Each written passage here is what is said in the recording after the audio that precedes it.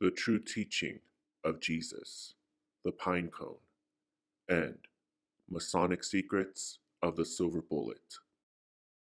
Deep in the brain sits a silver bullet-shaped gland that points upward, and while it receives reality from the light that enters the right eye of Ra, it projects one's desires blended into the reality through the left eye of Horus. This happens naturally in all of us, but in those who activate this gland, the pineal opens up like another set of lashes, revealing a third eye, also shaped like a small cup. The activated gland secretes an oily substance and begins to overflow with this oil, like a cup runneth over, spreading across the brow, making said person anointed, and called the holy anointing oil. Something else also happens, because now the activated pineal gland not only perceives light, but magnifies it, radiating a glow, encompassing said anointed person in a halo of light, and with more light penetrating it and changed from the pre-activated silver bullet to the engorged and open third eye, the physiology of the pineal transforms into a powerful emerald crystal light transmitter, receiver, and manipulator. However, the activation of this pineal gland, silver bullet, is not in the head region or in the 45-degree angle of light's pathway in the human skull, and through the pineal gland to the back of the head to the crown, where the cosmic mind of God connects with us, but rather the activation point of this cerebral gland is in the very tip of the spine, in the coccyx, wherein the first seed of life, or germ, from insemination and prior to mitosis exists. This germ is said to contain the very essence of the life force, the very same meaning of the blood of Christos.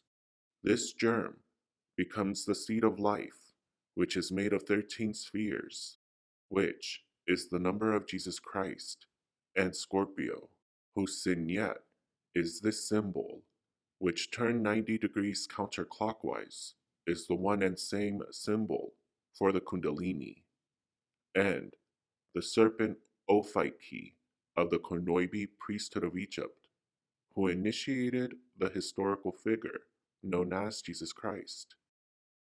This germ, or the blood of Christos and seed of life, is energized, quote unquote, generally within every 29.5 days. But for some, as in those born when the moon was in Cetus, only 3 days out of the whole year.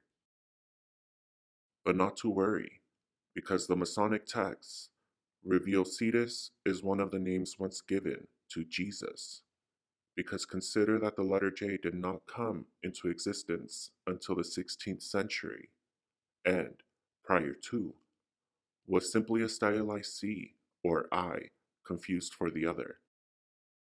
And said whale constellation is said to be behind other biblical myths and tales like Jonah and the whale, and Jason and the Argonauts, both of whom are seen by many biblical researchers as precursors to Jesus Christ. And just some of the astoundingly many more occult secrets revealed of the true teaching of Jesus, the pine cone, and Masonic secrets of the silver bullet.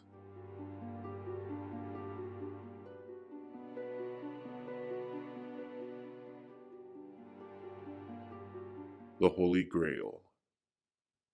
The Holy Grail resides in the coccyx, the bone at the bottommost tip of the spine, and a bone that very much resembles the tip of a scorpion's tail.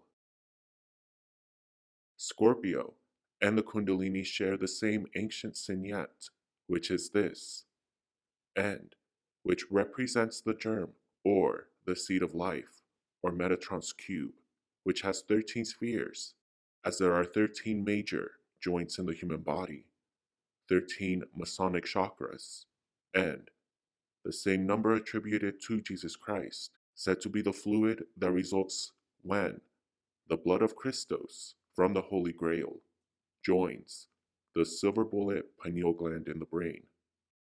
And this germ, or seed of life, is best harnessed when the moon visits one's natal lunar sign, or the sign in which the moon was stationed on one's birthday.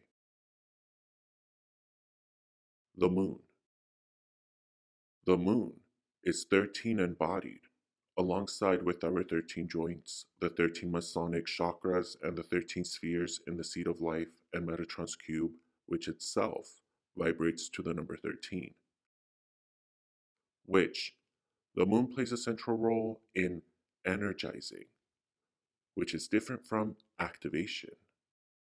The moon energizes one's lunar natal sign around 13 times a year for 1 to 3 days at a time within every 29.5 days, which are the numbers that approximate one Saturn year. And Saturn, too, plays a central role in the matured Kundalini, or tree of life, grown from the seed of life within oneself, which unites the ego and the avatar. The more lunar visitation one gets, as in a Virgo, Leo, or Taurus, the more quote unquote re energizing they need. In other words, young souls.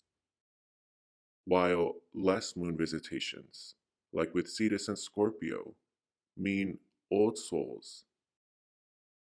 The moon transits 15 signs overall, 13 of which pertain to joints, but Cetus, the neck joint, only gets lunar visitations 3 days out of the year, though that is merely because these lunar natal Cetus human spirits are born emotionally mature and wise beyond their years.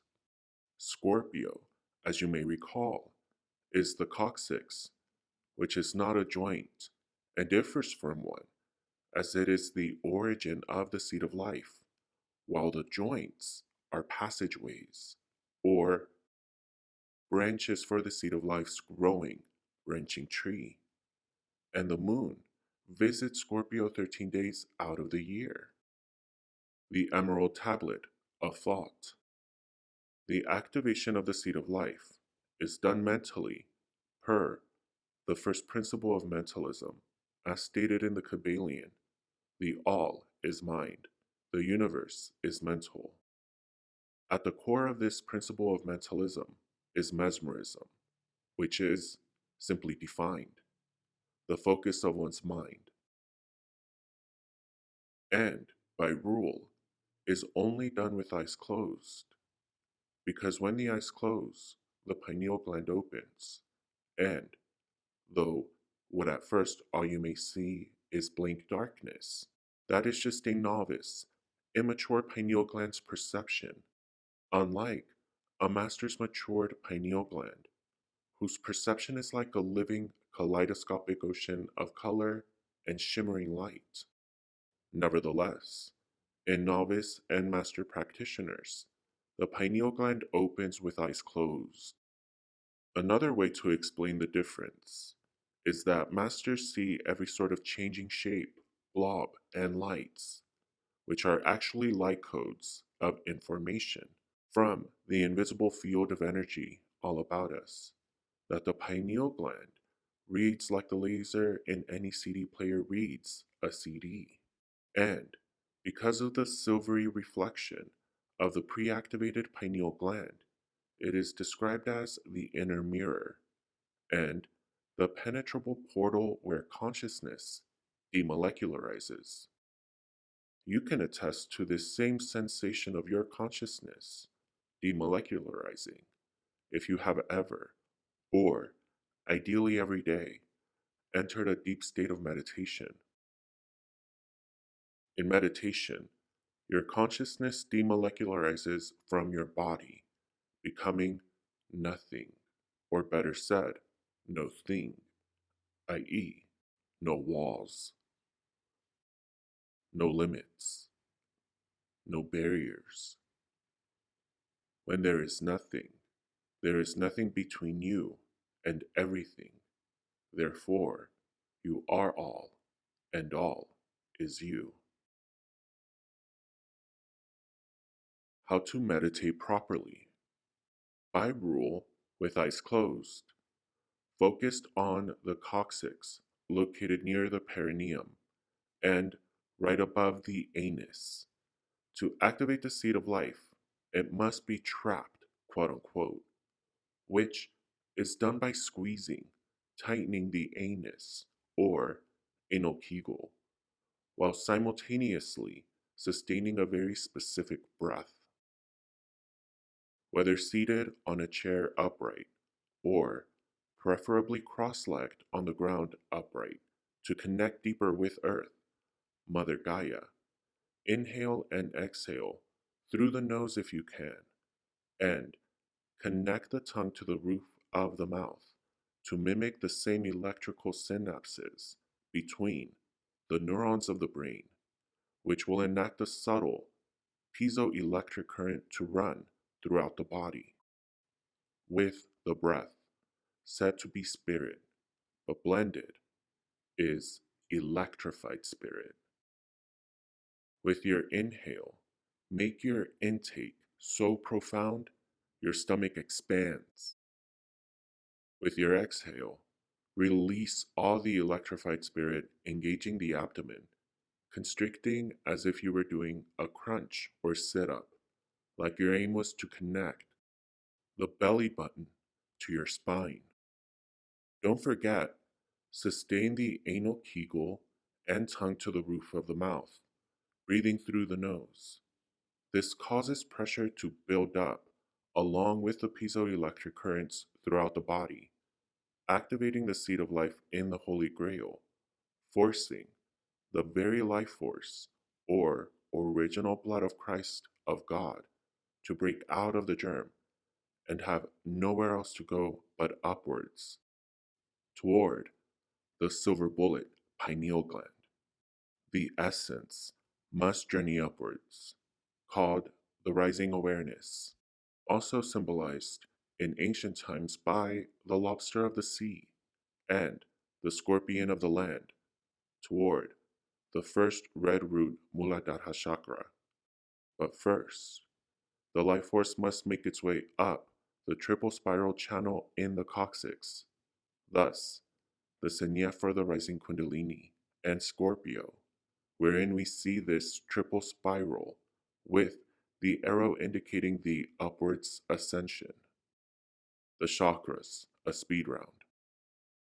To activate the first, Muladhara chakra, one must envision the color red, imagine, or intone its tone of Lam. The light of this chakra is sparked only from an activated Kundalini, which is ruled by Mars, the god of war, or his higher purpose, diplomacy. One either lives triggered by life in a constant state of war, or focused on their dreams with supreme indifference and radical acceptance of others, oneself, the world, and life itself. If in you good overcomes hate, your dreams overcome your rage, the root chakra is ignited, and the old earthen relics of suffering burn up and purge your soul, like in a fireplace. That also purifies the chestnuts roasting on its open fire, or the testicles in man and ovaries in women. The lesson being that life is not suffering, and one's karma not always gets passed on to the next generation genetically, because When you consciously reconnect to your original life force from God, you realize your divine birthrights, which are bliss, security, abundance, and prosperity, each represented by one of the lotus petals of this chakra. These are your birthrights. Claim them and realize they're universal. Thus, this must instill in you a sense of peace and passive nonviolence. Now forgive others for the past, and preemptively for ever getting in your way. When you claim your birthright with respect and forgiveness for everyone, the Svadhisthana second chakra lights up. This respect and forgiveness for everyone must include first and foremost your mother, your father, and yourself, manifested in you as the mother left moon side of the Ida, whose energy channel, or nadi, originates from the Muladhara and branches out to the left hip, ruled by Ophiuchus of the ether element. And your father, manifested as the right sun side, Pingala, which also originates from the Muladhara and extends to the right hip, ruled by Aries of the fire element. These two energy pathways, or nadis, represent genetic and spiritual inheritances, or karmas, from your mother and father. But once purified of them and their problems, become the more elemental and purely ethereal forces of the masculine electricity and feminine magnetism. Some spiritual advice: if you feel pain or strain in either of these hip joints, drop it. Drop the memory or memories associated with that pain. These pains all come from the false need for survival. Recall, bliss, abundance, security, and prosperity are your birthrights. You just forgot, and all the melee of life, the first 0 to 29 and a half ish years. And you are what you think, because what you think you attract. And before, in the melee of early life, it was easy to forget your birthrights and be convinced that you have to fight to survive. But not anymore. So drop it. From the moment the pain was first inflicted, and everything ever since, let it go. Let it vanish. You're holding on to it. It is not holding on to you. So let it go as best you can. Divest your energy of all of it. Stop flexing the muscles in that region and straining as though you have to keep carrying that weight. You don't have to.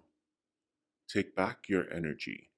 Remember, it's all mental, and veer your energy and mind toward your own dream life. And relax. Relax into your dream. So, divest, take back, and reinvest in you. And also forgive yourself, as you are manifested in you as the central and neutral spinal sushumna. So sit up strong and confident. And when all three are united, the masculine father, the feminine mother, and the androgyne neutral child, you can truly begin the ascension to heaven. And heaven means heaved up or pushed up, meaning through the breath, with eyes closed, and with the anus tightened to entrap this energy, to make it so that it has no choice but to go upwards. 2. The second Svadhisthana chakra, whose tone is Bam, is activated by envisioning the color orange, and whose element is water. being in the sacral region filled with water. It is thus called the womb, the virginal womb, and symbolized by the moon and described as watery or Mary, Mary, Mar, E. Mar meaning ocean, which are Earth's wombs of life. And this sacral chakra water is also your own baptismal font, where the true baptism of the growing or ascending consciousness takes place. The lesson being, shower others with your forgiveness, love, and light, because when you do so, a light is born, meaning the third Manipura chakra, which is your own inner sun, made of a fire so pure it is smokeless and does not burn, but simply and purely shines from its own brilliance and incandescence. The color of this chakra is yellow, the tone Ram, and the element, of course, fire. A whirlwind of passion ensues, and, if you are still anally uptight, this whirling passion will have nowhere else to go but up. So, onwards to the fourth Anahata chakra, whose element is, appropriately, air, the tone Yam, and the color green, and whose lesson is, as air and wind are so pervasive that nothing can stop it, wrapping itself equally around skyscrapers as trees and butterflies, to flowing as equally through tunnels, to caves and your nostrils. So too the heart's passions know no walls, because the ignited heart chakra doesn't even have the need for windows or doors, because they only imply more walls. And any would merely dissolve in the heart's flames, thus the very meaning of living with an open heart. From here, the other three are automatically activated, as the second principle of correspondence states, as above, so below, as above. As the heart is between three above and three below, being the in-between, what happens below must equally happen above, and is symbolized in the chakra symbol for the heart by two interpenetrating triangles, and the very meaning behind one of the holiest symbols known to man, the electromagnetic light body, or Merkaba. In rapid succession, the fifth Vishuddha throat chakra is activated, with its turquoise color, the tone Ham,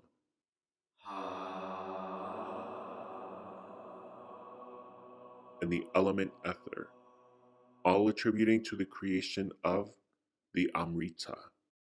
Amrita is induced by the Vishuddha throat chakra, which is a honey that descends from the pituitary and drains into the back of the throat and sweetens one's speech, endowing one with the voice and words of God's knowledge.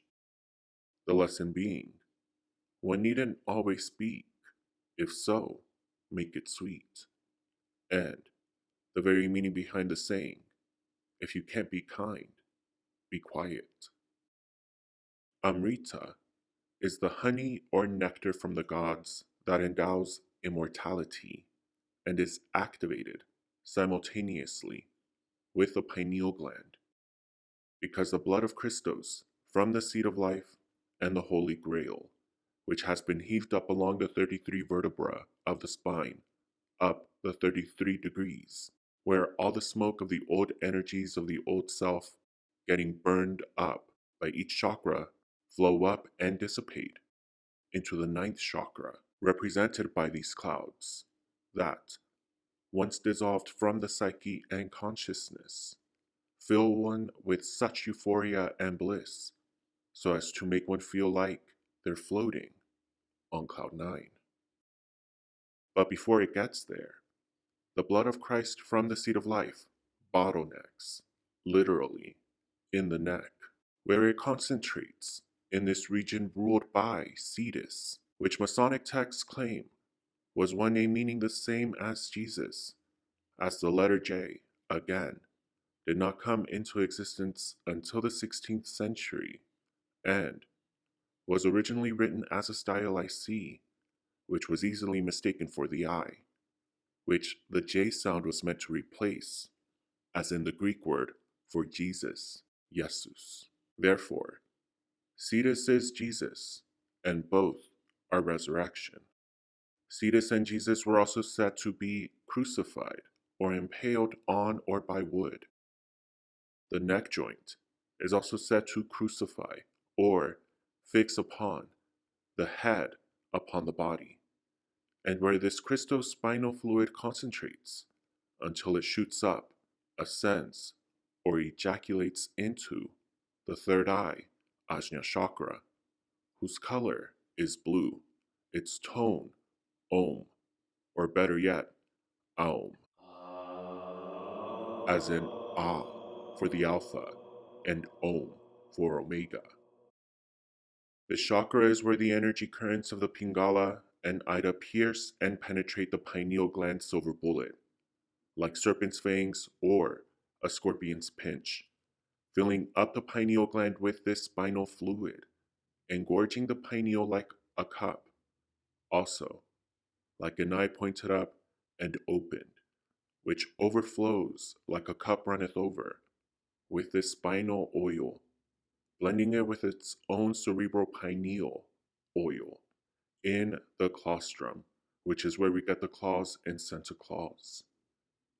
And physiologically, the pineal gland transforms from a smooth silver bullet to a bumpy acorn-like emerald crystal, set to glisten iridescently like a Christmas tree, the human ego, and the divine avatar, respectively, and the basis for the myths attributed to Christmas and the birth of Jesus Christ. And now, the real magical superpowers of the silver bullet are accessed. Because when reality, from now on, enters the right eye of Ra, which is like the camcorder of the human machinery, like the video option on a mobile phone, the reality is transmitted to an activated and no longer closed third eye. And as our reality is mental and light, the pineal gland can now manipulate and change said reality before it emits it through the left eye of Horus to replace the seen reality with the imagined pineal gland reality.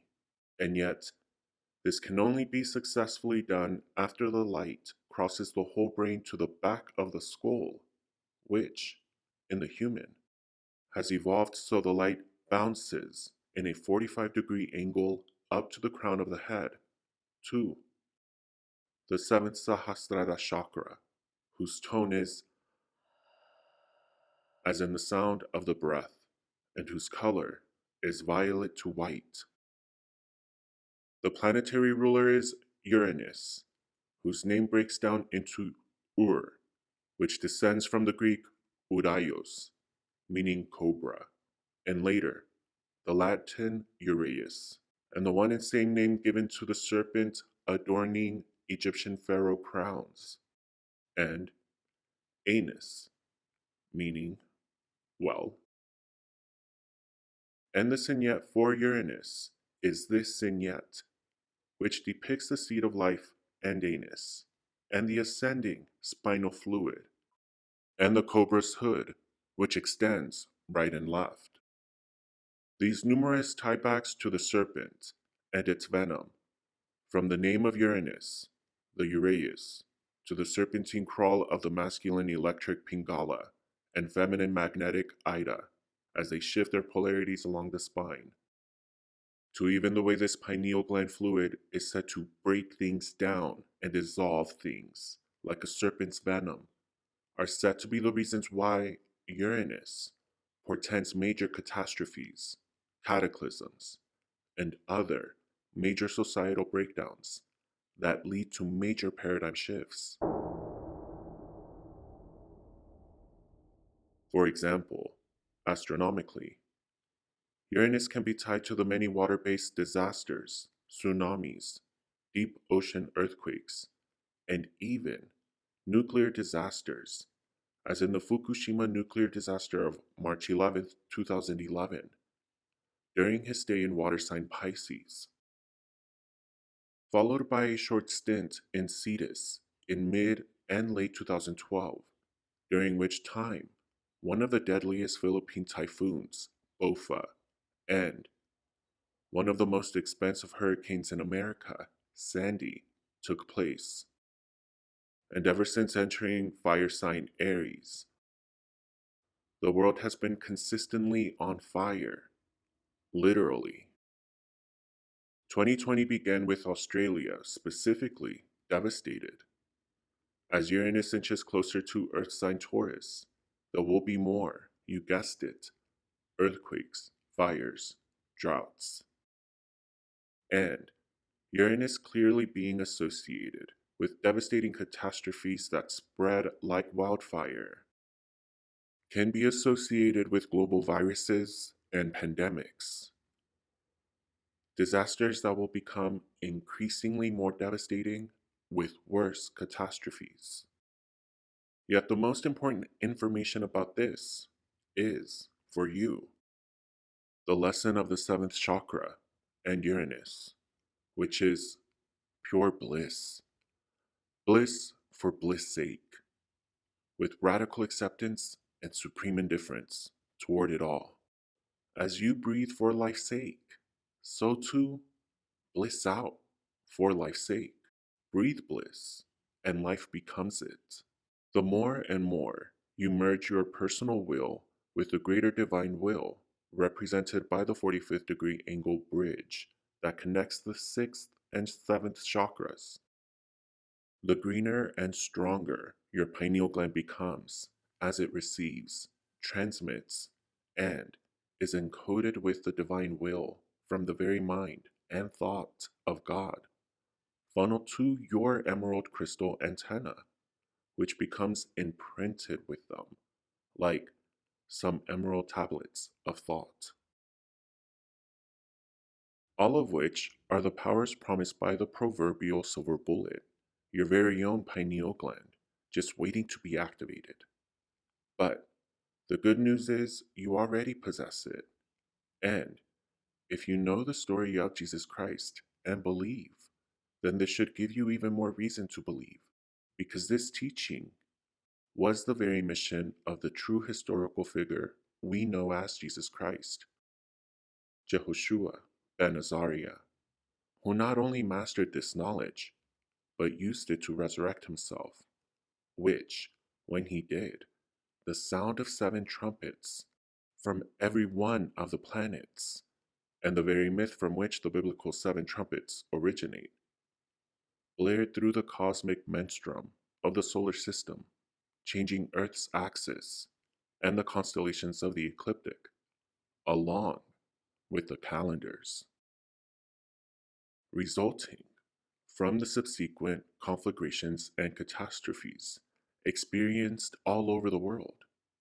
And if you're wondering, well, wouldn't these conflagrations and catastrophes be recorded by cultures all over the world and around the same time?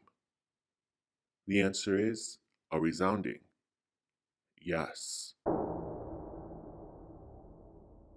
Civilizations were struggling to update their calendars and follow the seasons shifted around by Jehoshua's resurrection. But kings and leaders were also dealing with populations that did not want to give up their traditions and old calendars, which is why there were 2 concurrent calendars going on at the same time all over the world, from Babylon to China, recorded by the Jews and the Bible, in Peru, and by the Mayans. The Mayans themselves realized their Olmec calendar, which we call the Mayan calendar, became obsolete because it was based on the pre-Jesus Christ resurrection, 360-day moon and solar year. In fact, the Mayans and Aztecs did create a new calendar, precisely measured and calculated to the current 365-day year, constellations, and ecliptic, but was infamously all destroyed and burned by the conquistador, who themselves were Freemasons, aware of the true ecliptic. And when they found out the Mayans not only knew of Jehoshua, because he did what the Catholic Church did without doing what the Catholic Church did, which was fulfill his mission to teach knowledge peacefully, because knowledge is power, and the greatest power is knowing and validating God in you and others, which is not the MO of the Catholic Church. I digress. The Mayans recalibrated the calendars to the new celestial 365-day a year ecliptic better than the Gregorian calendar of today. So, they destroyed it and left us as a ruse and dead end, the Mayan calendar, which is why none of the prophecies of that calendar have accurately come to pass. And if a sign age is 2,160 years, and Aquarius does not begin until 2,600, then the difference between those numbers is 440, meaning if Jesus is Pisces, and all of this started happening around the start of the age of Pisces, all of this would have taken place in 440 AD, a far cry from the institutionalized norm being thrown around of 0 to 33 AD, and which coincidentally is the music industry's current standard set at 440. However, if we go back to the astronomical data, we see the true start and length of the sign of Pisces from 654 BC to 2600 CE, an astounding 32 centuries. And when Jehoshua and all of his resurrection really went down, which was actually between the years 743 and 650 pre-JCR, meaning we are separated not by 2,000 years, but by 2,700. Where did those 700 lost years go? And you may be wondering, this must all be written and recorded somewhere. To which the answer is again, a resounding yes. All over the world, every culture, every king and royal astronomer, from every civilization across the world throughout history, records how they had to update their calendars all around the same time, around these dates of 700 to 650 pre-JCR, from 360 days to 365, and with wholly new sun and moon paths. And some kings and royal libraries record how they failed to update their populations, who refused to accept the new calendars or even match their calendars to the heavens. And their solve? Well, this is recorded too. Many just simply scrubbed the slate clean, started at zero, deleting the hundreds of years that would clearly be missing in the annals. Though again, the evidence is still clearly there, but they just simply call these lost epochs of time the Dark Ages and the Middle Ages. And just in 2016, a set of maps have shown us proof that such a worldwide cataclysm event could take place, and indeed it did, because of one geographic land area and civilization called Tartaria.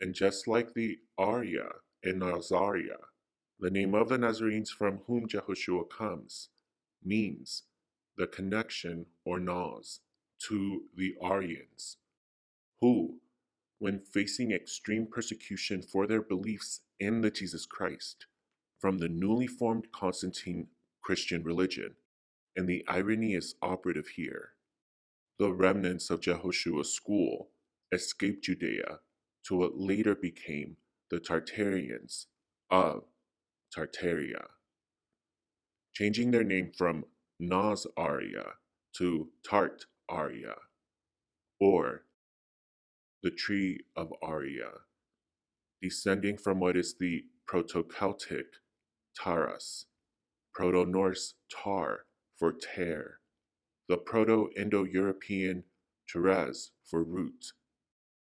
These different roots form the tree that was the Tartarian Empire, bespeaking its appeal to people from all nations and walks of life. Yet, it was the revelation of their civilization in 2016 through these maps that proves, just recently, the human race experienced a worldwide cataclysm. According to Tartarian, Mayan, and other occulted Masonic texts, records show it was a global mudslide Jehoshua's resurrection caused, which soon, within the next 3 years, another archaeological discovery will corroborate. And this mudslide is what covered all of the old stone monuments all over the world, including the statues of the Moai, the pyramids of Northern and Mesoamerica, just to list a couple.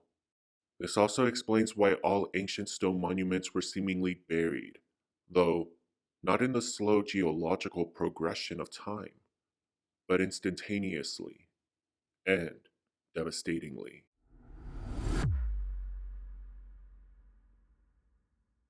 The Catholic Church, or what is called the Catholic Church today, was started by priesthoods who kept and collected these records.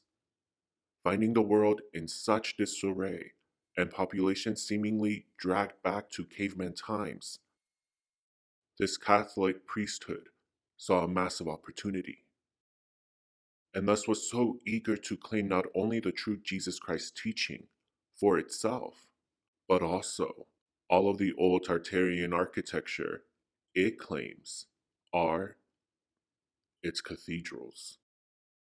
However, these cathedrals were no cathedrals or places of divine worship, but very elaborate and sophisticated power plants that harnessed EM energy from the invisible ether, just like a Tesla tower, an Egyptian pyramid, or obelisk.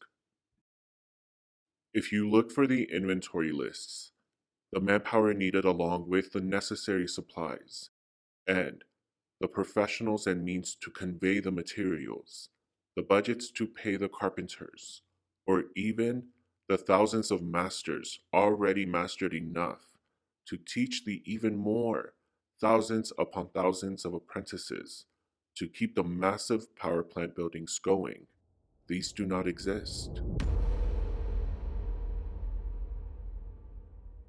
The Koinobi texts of the Egyptian priesthood who initiated Jehoshua record how Jehoshua, his people, and all cultures all over the world became so well learned and aware of this secret knowledge and symbols, which combine mathematics, physics, and electrical currents, all residing in the human body and out in the invisible energy of the cosmos. They clearly were and lived far more advanced than we could ever imagine. This knowledge was even known and practiced by Native Americans, as exemplified in the totem poles, echoing the spinal column and the many animal myths associated with Jesus Christ. Jehoshua is said to have lived in the last days of the working power plant of the Great Pyramid of Giza, which acted like a Tesla tower, emitting energy to the obelisks that dotted the world then, like today, and harnessed just the same by the Catholic cathedrals, which clearly illustrate through their constructions, whose stones act the same as those in the pyramids in harnessing EM energy, to the beautiful interior-exterior engravings, which show their knowledge of cymatics, the visible phenomenon of sound upon vibration and matter, from the iron-spiked pyramid, cone-peak towers to the arches, and sacred geometry placed inner columns, which are all meant to amplify electromagnetic energy harnessed from the field, and which were all part of the world culture of the pyramids. Yes, according to the Masonic Texts, the supposed Catholic cathedrals all over the world are all remnants of the pyramid and obelisk cultures too, and this is true for all of the countries claimed by the Catholic secret priesthood. There is no pictorial or editorial record of the church being built. They simply put a plaque on it saying, founded in such and such year. Found dead, yes, but not built in such and such year. As if that were not astounding enough, the Masonic texts also make clear that Jehoshua was fighting an enemy that called itself the one and only God. A statement which, for viewers and initiates of this channel, is absurd. As God is all, meaning you and me, and thus there is no one and only one God. God is all is God. And who was this enemy? Recent archaeological discoveries that are themselves pre-recorded in the Masonic texts, but now being corroborated by new finds, are just now being revealed to the rest of humanity, that showcase evidence that Jehoshua was fighting against not one God, but a collective of self-called gods, who were extraterrestrial and not of this planet and wanted to enslave humanity. That we have already been invaded by an alien race and have been fighting them since Jehoshua. Jehoshua discovered the serpent science was the way to free all of us and bringing Earth back to the paradisical domain it is meant to be. Who were these extraterrestrial invaders bringing this Abrahamic Mosaic religion of an eye for an eye and a tooth for a tooth? They are called the Elohim, by the Sumerians the Anunnaki. And this class of extraterrestrial alien gods were different from the people who practiced the serpent science and wisdom, and who are the true native Terrans, called the Hindu Nagas, the Mexican Nagual, the Sumerian Ningishida, the Egyptian Apophis, the Dogon Leber, the Greek Ophis, the Australian Rainbow Serpent Creator, and the Christian Jesus. These native Terrans were the practitioners of the serpent science, and also called magicians, including the very Nagal, or half-human, half-snake beings of magical powers in the book of Adam and Eve, wherein we see Adam and Eve struggling to accept that they must live in the filthy imprisonment the Elohim Anunnaki put them in. You find Adam and Eve in the book of Adam and Eve, for lack of better words, hating their confines, desiring instead to leave their God, Yahweh, for the half-human, half-snake cities and towns. Yahweh is himself described in multiple traditions as a reptilian. And it is extremely important to denote that in both religious and Masonic texts, there is a difference between the native Terran serpents and the extraterrestrial Draco reptilians. In Adam and Eve, their Elohim Yahweh slave handlers are clearly draconian reptilians, while the native Terran Nagal were friendly toward Adam and Eve, welcoming them to freely enjoy their riches, food, security, abundance, prosperity, and bliss, telling them it was their birthrights. Sound familiar? It is written in the skies because of Jupiter, the amplifier of situations, soon conjunct Uranus, the harbinger of paradigm shifts, in Aries, the spearheader of a new norm, that by the end of 2024, there will be an archaeological find that will prove and corroborate this true meaning of Jesus Christ, the holy wisdom of the serpent science, effectively, hopefully, ending the tyranny we have known thus far. Even Adam and Eve desired and expressly pled to go join and live with the native Terran serpents. What is more, the native Terrans take out the serpent is you, is me. Clearly, you and me are the native Terrans, and we were cut off from our true wisdom, symbolized by the serpent. A serpent that unlocks the next step of evolution, from our human egos to our evolved avatars, of the one and same God, which you are and I am, via the sacred serpent, and the halo its venom ignites in our pineal gland, our inner pine cone, and miraculous silver bullet. In the next Occult Secrets Revealed, we will discover exactly how you can unlock your own germ, or seed of life and blood of Christos, or serpent seed, in your holy grail as the moon traverses the constellational backdrop.